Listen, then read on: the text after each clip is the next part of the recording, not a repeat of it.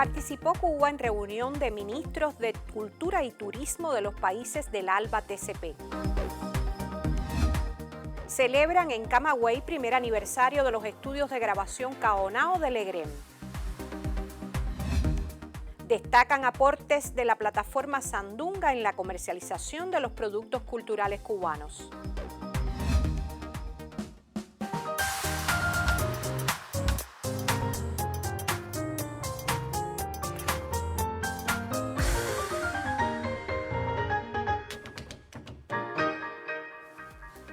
Saludos desde La Habana. Es martes 31 de agosto de 2021 y ya abrimos la última emisión del mes del Noticiero Cultural de la televisión cubana.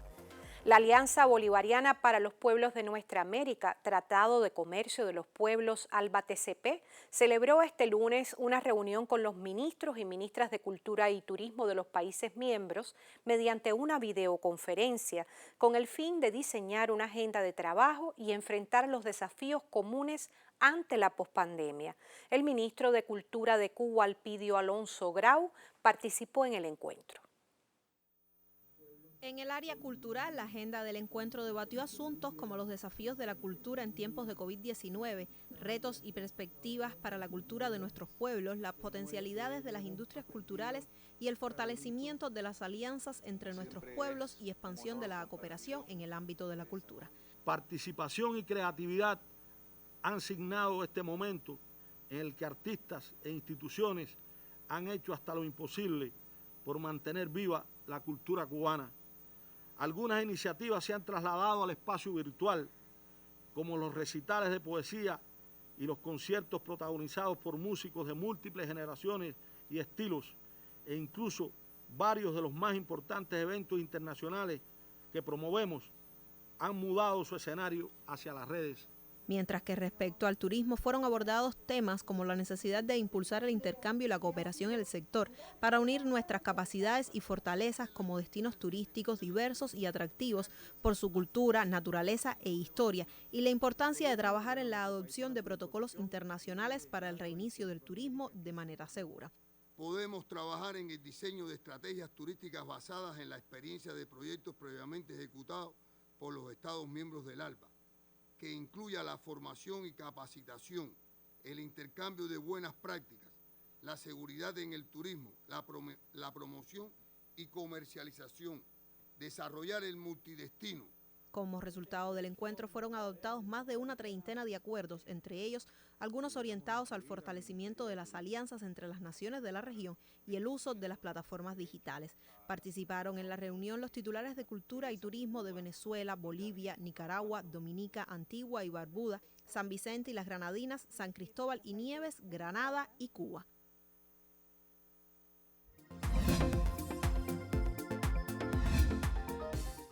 Iniciamos nuestro recorrido por lo que publican las páginas culturales de otros medios de prensa. El portal Cubasí da a conocer que recientemente se incorporó una nueva colección a los valiosos fondos de la Cinemateca de Cuba, gracias a una donación de la Casa del Festival Internacional del Nuevo Cine Latinoamericano.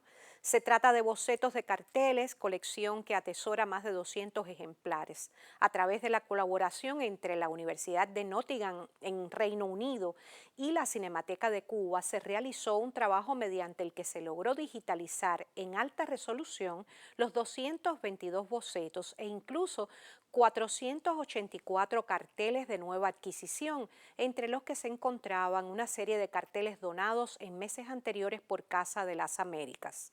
De esta forma se logra una mayor conservación de estos valiosos fondos, además de servir para futuras investigaciones y consultas de usuarios interesados en el tema.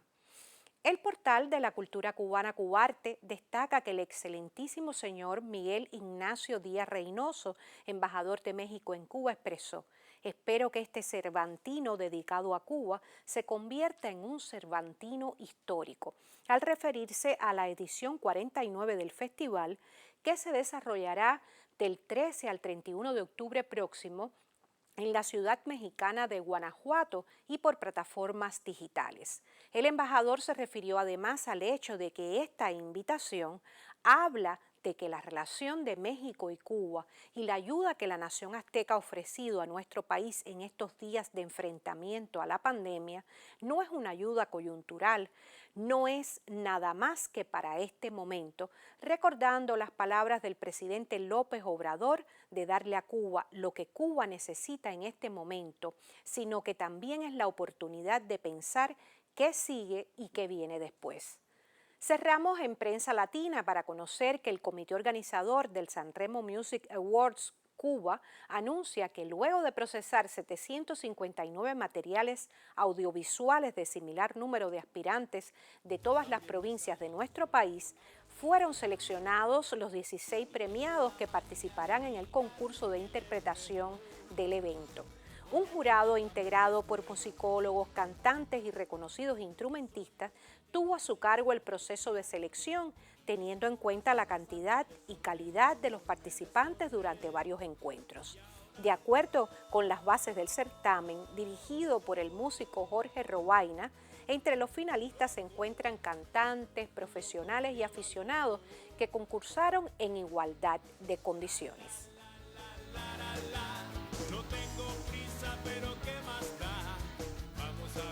Con un fragmento de las interpretaciones de Jorge Robaina y su grupo Caramba, cerramos nuestra revista de prensa por hoy. Ahora vamos a hacer una pausa en nuestro recorrido informativo. En el próximo segmento le hablamos de música. Mantenga la sintonía con nuestra señal.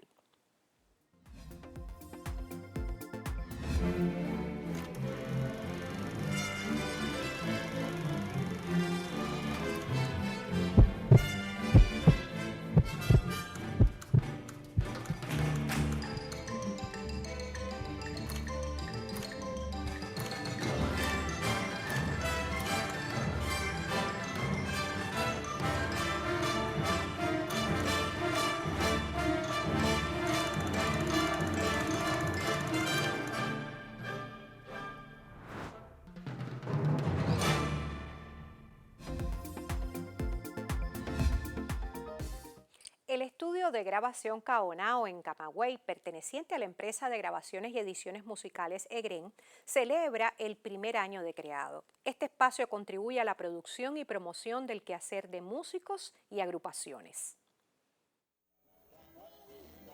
La producción musical se abre paso en Camagüey. El estudio de grabación Kaonao, perteneciente a la empresa de grabaciones y ediciones musicales EGREN, cumplió un año de puesta en marcha y se afianza como espacio fundamentalmente para los residentes en el centro y el oriente del país. Es un logro tener este estudio de grabación tan anhelado por tantos años por todos los músicos que se había planteado en las asambleas de la UNIAD, de la HS, y al fin tenemos el estudio y por aquí ya han pasado varias figuras, tanto camagüeyanas, porque ya se grabó el último disco de Rumbatá, se terminó de grabar aquí en el estudio. También grabamos el CD Estrellas de Kaonao Volumen 1. Pasaron algunos solistas del Centro de la Música Provincial. Y por último, al final ya de año, tuvimos la posibilidad de grabar a 3 proyectos de Holguín, trovadores y un grupo flamenco. Un proyecto liderado por Manolito Simonet, director del Trabuco, donde varios fonogramas se han creado desde aquí, con variedad de temas que van desde sones, rumbas y boleros. Diferentes géneros y formatos. Ha sido un lujo para nosotros, ¿no? Haber terminado nuestro disco, un disco que comenzamos a principios del año pasado a grabar, el disco 70 y más maravilla, por los más de 70 años que está cumpliendo lo que esta maravilla de Florida. Este estudio es un sueño logrado realmente, es un estudio que creo yo, en mi opinión personal como músico, que va a tener una vida, pero muy intensa aquí, cuando realmente todo lo que comienza siempre empieza con ciertas y determinadas dificultades, pero bueno, yo pienso que el tiempo va a hacer que este estudio sea va a estar muy activo. El estudio de grabación Kaonao de EGREN es una instalación de excelencia que sirve a solistas y agrupaciones en cuanto a la forma de hacer y procesar la música. Un complejo con tecnología de punta que garantiza calidad y defiende el patrimonio cubano de la industria musical. Enriquece el abanico sonoro. En Camagüey, Aime Amargós, Noticiero Cultural. Y la empresa de promociones artísticas y literarias Artex puso en funcionamiento en el mes de mayo la primera plataforma online de producción nacional orientada a la comercialización de la música cubana y servicios afines. Un equipo de nuestro noticiero conversó con parte de su equipo creativo. En un contexto en el que el país apuesta por el comercio electrónico, el desarrollo y consolidación de plataformas como Enzona o Transfer Móvil, llega la opción de acceder a una propuesta digital mediante la cual, a través de datos móviles, podemos descargar la música cubana de nuestra preferencia junto a productos culturales asociados. Sandunga representa una respuesta en esa voluntad de consolidar nuestra identidad desde perspectivas de trascendencia cultural y mercado. Sandunga es un proyecto que se crea a través de la colaboración del Ministerio de Cultura de Cuba y la ONUDI. En el 2019 se le da el proyecto a Artex, que a su vez nombra como gestor del mismo a la agencia Soy Cubano, que es la que dirige ahora mismo el proyecto de Sandunga. Sandunga es una plataforma creada para la venta de productos culturales asociados a la música cubana. De hecho, fue diseñada a nivel tecnológico hablando, valga la redundancia, para que sea escalable, para que se amplíe y para que sea competitiva. Si durante los años 80 podíamos acceder fácilmente a nuestras tiendas para comprar lo mismo discos de vinilo que tocadiscos, en los 90 el cambio de soporte de la música para el CD implicó un notable aumento del precio en relación con el salario promedio para poder adquirirlos en las tiendas y mucho más difícil todavía comprar los reproductores digitales. Hoy la industria musical avanza por otros escenarios en los que Cuba discretamente intenta insertarse. Ahí es un compendio de experiencias. Primero ya teníamos una experiencia previa de cómo hacer comercio electrónico a nivel internacional y esa experiencia la trasladamos hacia el mercado nacional. Además, se realizó un estudio exhaustivo sobre las plataformas actuales que existen y se personalizó ese resultado del estudio hacia el mercado nacional. Sandunga está disponible a través del www.sandunga.cu para el territorio nacional. Se piensa que en los meses futuros ya está disponible para el mundo entero. Se trata de una oportunidad no solo para acceder directamente a proyectos discográficos de gran calidad, sino que permite disponer de las partituras, así como de las publicaciones sobre música de nuestras editoriales. Para el logro de este empeño se ha contado con el esfuerzo entre la ONUD y el Ministerio de Cultura y el Instituto Cubano de la Música con sus dependencias. La tienda online de productos físicos correspondiente a plataforma de música cubana Sandunga abrió en el mes de mayo con ofertas vinculadas a la discografía de los sellos Biz Music, Egren y Unicornio, artesanía y literatura, un espacio comercial que se recontextualiza y abarca otros ámbitos en perfeccionamiento. Al registrarse, el usuario automáticamente adquiere la posibilidad de escucha o de ver 40 segundos de cualquier tema o de cualquier video. Solamente cuando se paga alguna de las dos suscripciones que actualmente están disponibles en Sandunga es que el usuario puede hacer uso del streaming ilimitado, que es uno de los servicios más novedosos que tiene Sandunga como plataforma, y de la descarga de contenidos. A ver, primero, el mercado actual de Sandunga es el mercado cubano, por lo tanto no estamos en estos momentos en esta situación crítica, pero no hubiese sido posible si no existiera hoy Transfer Móvil o Enzona. Esos mecanismos que existen es los que nos ha permitido que se pueda realizar este comercio electrónico. Sandunga nació con el propósito de constituirse como la principal comercializadora online de productos relacionados con la música cubana y actualmente permite el streaming y descarga de su contenido, así como crear listas de reproducción. Perteneciente a la empresa de promociones artísticas y literarias Artex, la plataforma prevé la matrícula a cursos ofertados por la Agencia de los Servicios Técnicos y productos físicos asociados a esa manifestación artística. Cuba, a nivel de país, en todo esto del llamado comercio electrónico, estamos entrando en un recorrido, en un camino que es nuevo para nosotros, pero que el mundo ya lo tiene más adelantado.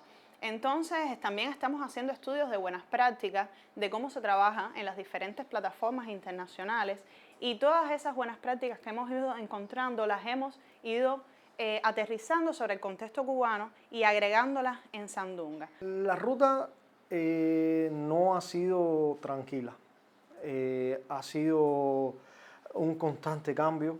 El usuario al final siente, hemos notado que el usuario tiene tranquilidad porque tiene en sus manos algo robusto pero no deja de ser cierto que cada día nos salen nuevos retos. Hemos tenido que pivotear de la manera que teníamos pensado realizar los cambios, realizar las funcionalidades, y gracias a la retroalimentación que hemos tenido del usuario, de la comunidad, hemos podido pivotear, hemos podido cambiar algunos elementos que creíamos que iban a funcionar pero realmente no funcionaban, y lo hemos podido cambiar. Una vez abierta la tienda Sandunga, tan solo 4 meses de lanzada la plataforma, está previsto también ofertar libros físicos, textos electrónicos, instrumentos musicales, misceláneas, artesanías, afiches y pullover. Si bien hasta el momento solo era posible la descarga de temas musicales mediante la compra de uno de los planes, hoy se afianza esta alternativa dentro del universo de la industria cultural. Un escenario al que Cuba quizás ha llegado de manera tardía, pero en el que discretamente ha sabido insertarse. Soy Lampardo Cabrera, Noticiero Cultural. Al ritmo de Cuba. Y a propósito de la reciente declaratoria del bolero como patrimonio inmaterial de nuestra nación, esta semana la sección Contrapunteo nos propone un debate en torno a la historia y vitalidad de esa expresión musical en nuestro país. La periodista Claudia Lugo propone un segundo acercamiento al tema.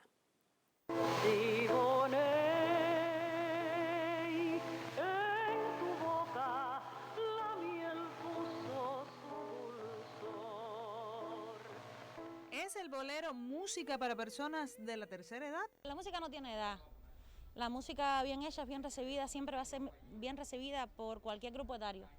En el caso específico del bolero, lo que sucede es que obviamente es un género que surge a finales del siglo XIX y que, aunque aún se cultiva, digamos que no es lo que más presencia tiene dentro del entorno del ecosistema musical cubano. Diversos han sido los espacios intencionados en el país en función del género, como el Festival Boleros de Oro. Acá en La Habana, desde el primer festival Boleros de Oro, he sido llamado a cantar en ellos siempre. Se inauguró la Casa Dos Gardenias y fui fundador de la Casa Dos Gardenias, con un orgullo enorme. Y luego Abel Prieto quiso que se mantuvieran los Boleros de Oro cada noche de sábado aquí en la UNIAC. También fui fundador de ese movimiento hasta estos momentos que estamos en receso, y ya eso fue por 25 años, al igual que Boleros de Oro en los teatros. Yo creo que hay que rescatarlo. Yo tuve la dicha de participar en casi todos los eventos y tuvimos momentos en que venían muchas intérpretes de otros países. Y yo creo que eso es muy lindo y es una manera también de mantenerlo vivo. Entonces, ¿cómo hacer más atractivo el bolero para los jóvenes a partir de declararlo Patrimonio Cultural de la Nación? ¿Cuáles son los siguientes pasos? No puedo ser feliz.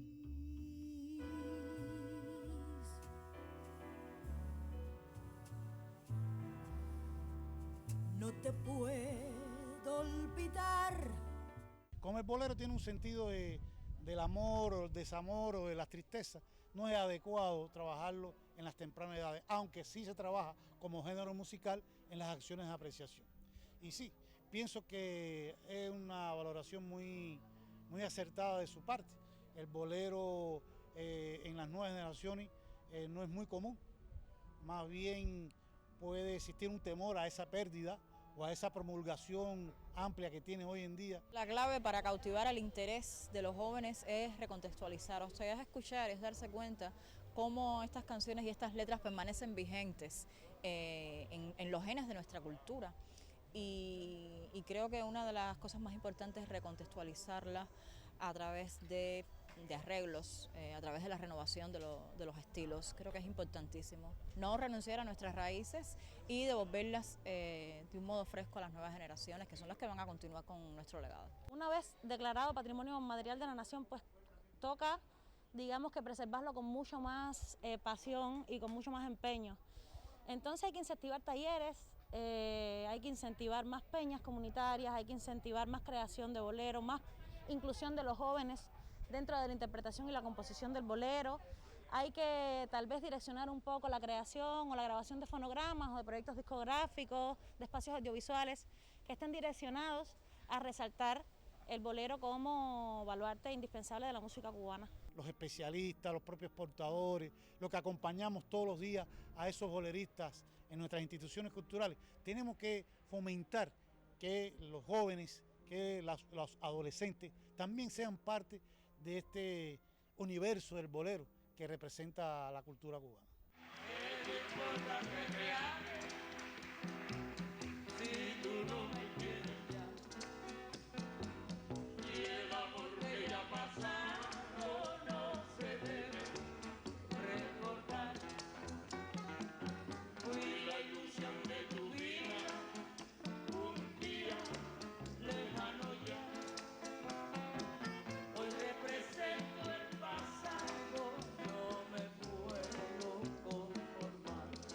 Claudia Lugo, Noticiero Cultural. Gracias a la colega Claudia Lugo por este segundo acercamiento a nuestro debate semanal en torno a la tradición y vitalidad del bolero, género que hace exactamente una semana fue declarado Patrimonio Inmaterial de la Nación. Mañana compartiremos algunos criterios recibidos a través de nuestras direcciones electrónicas y usted todavía puede participar del debate si nos escribe a contrapunteonc@cubarte.cult.cu o si nos deja un mensaje en nuestra página de Facebook www.facebook.com/noticierocultural.cuba. Ahora vamos a hacer otra pausa en nuestro recorrido informativo. Al regreso le hablamos de artes visuales. No abandone la sintonía porque enseguida estoy de vuelta.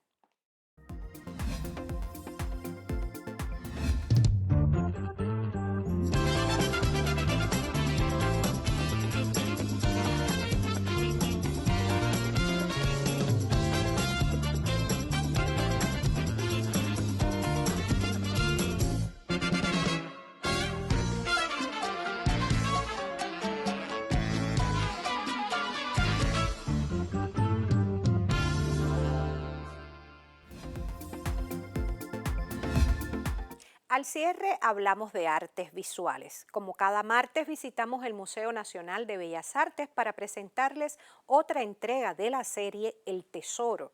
Hoy nos acercamos a la obra de uno de los principales referentes de la vanguardia cubana, Marcelo Pogolotti.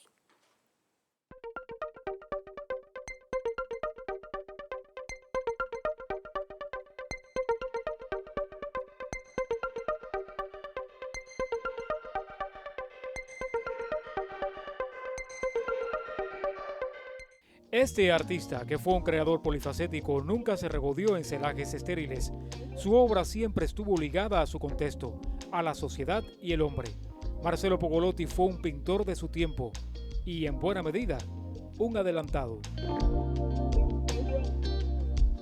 Pogolotti es un artista inconforme con las enseñanzas de la Escuela San Alejandro, inconforme con la pintura que se realiza en Cuba en los años 20, y eso lo decide viajar a París, y allí entra en contacto con las corrientes más modernas de la pintura.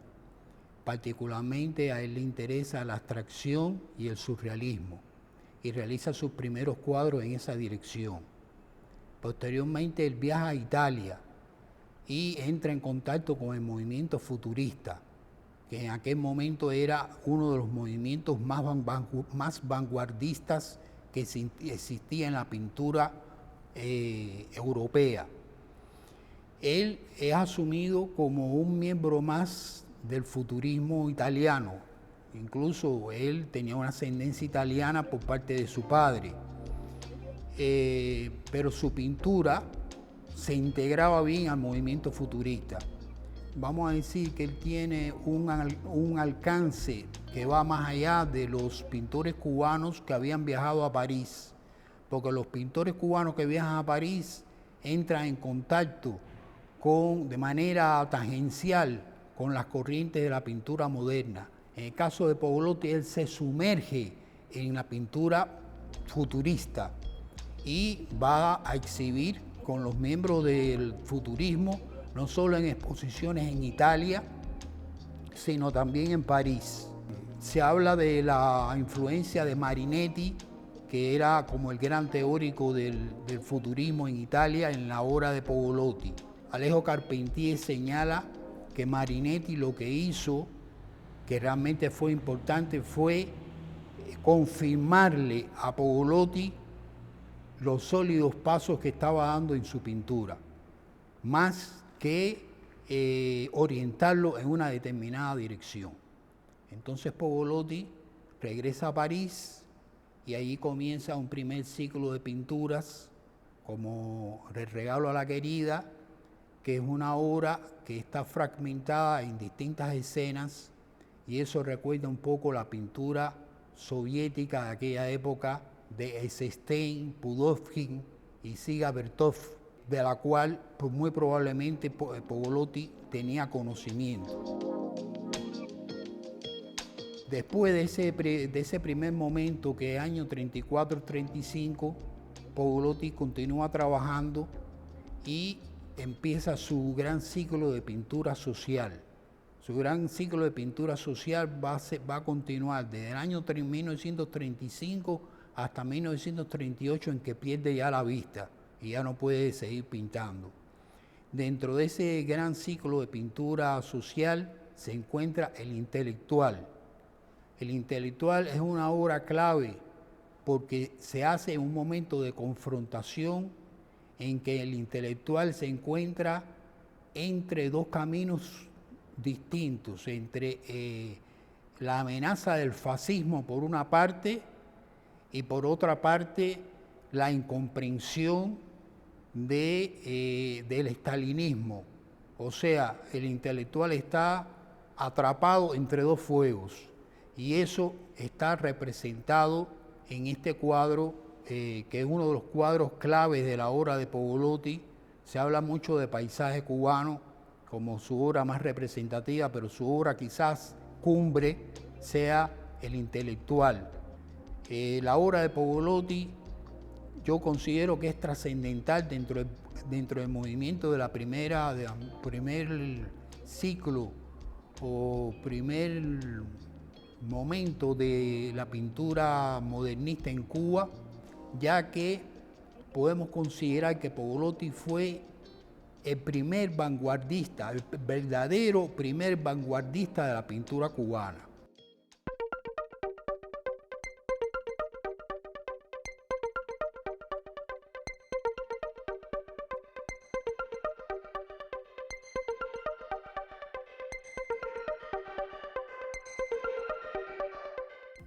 Punto final. En esta emisión del Noticiero Cultural le pusimos al tanto de la participación del ministro de Cultura de Cuba en una reunión con los titulares de Cultura y Turismo de los países miembros del ALBA-TCP.